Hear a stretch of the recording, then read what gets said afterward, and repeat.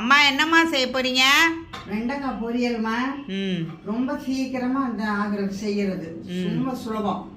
இப்போ செஞ்சு காமிக்கிறேன், நீங்க பாருங்க. ஓ, கட் பண்ண போறீங்களா வெண்டைக்காய? ஆமா ஆமா, கட் பண்ணி காமிக்கிறேன் உங்களுக்கு எப்படி கட் பண்ணணும். ரொம்ப தகடா நறுக்கக்கூடாது. இந்த அவ்வளோதான் நறுக்கணும். அருவாமனையில் தான் உங்களுக்கு நறுக்க. ஆமாம், எனக்கு கத்தியில் தெரியாது. நம்ம தெரிஞ்சது தானே செய்ய முடியும். சரி, நறுக்கிட்டு காமிக்கிறீங்களா? நறுக்கிட்டு காமிக்க. அப்புறம் வெங்காயம் இருக்கு, வெங்காயத்தை நறுக்கி காமிக்க. ஓகே, இப்போ நறுக்கியாச்சு பாருங்க. வெங்காயமும் வெண்டைக்காய் நறுக்கியாச்சு, வெங்காயம் நறுக்கியாச்சு, கருவேப்பிலை எடுத்து வச்சுருக்கேன். இப்போ தாளிக்கிறேன். ஓகே, இப்போ எண்ணெய் ஊற்றுறோமா? சட்டி காஞ்சிருச்சு. எண்ணெய்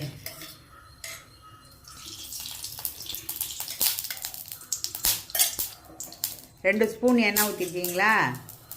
1 ஸ்பூன் தாம்மா ஊற்றிருக்கேன். கொஞ்சம் தான் செய்கிறேன், எனக்கு போதும். வெண்டைக்காய் எவ்வளோ இருக்கும்? 50 கிராமா 100 கிராமா? ஒரு 50 கிராம் தான் வாங்கினேன்.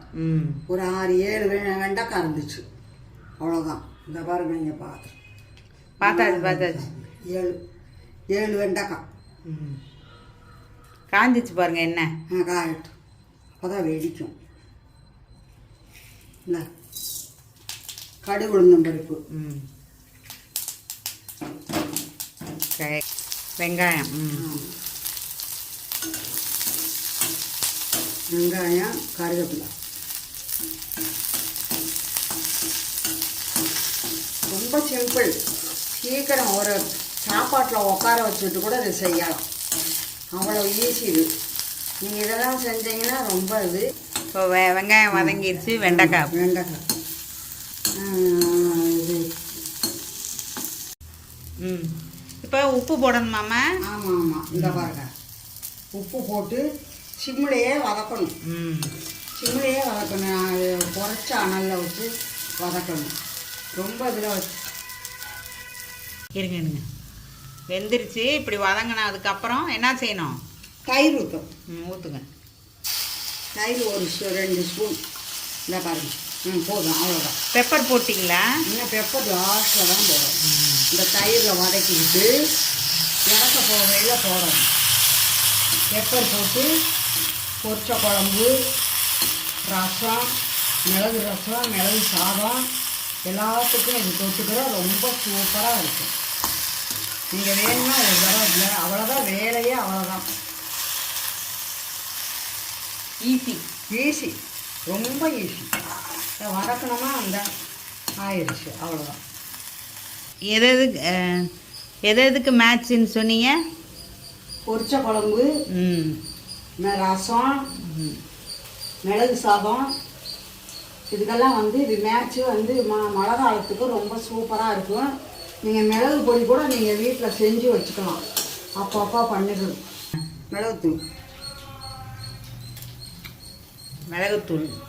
மிளகுத்தூள் போட்டிருக்கு இப்போ.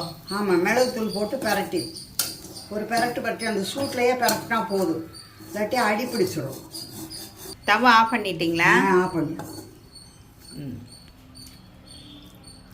பிடிக்கும்ல மிளகுத்தூள் போட்டால், தயிர் வேறு.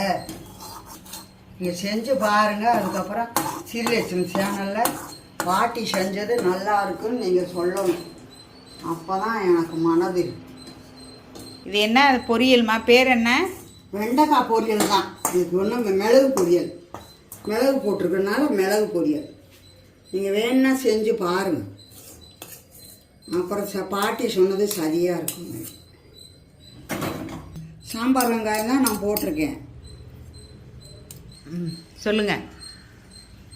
வெண்டைக்காய் மிளகு பொரியல் பண்ணியிருக்கேன், அது பாருங்கள். ஸ்ரீலட்சுமி சேனலில் வரும்.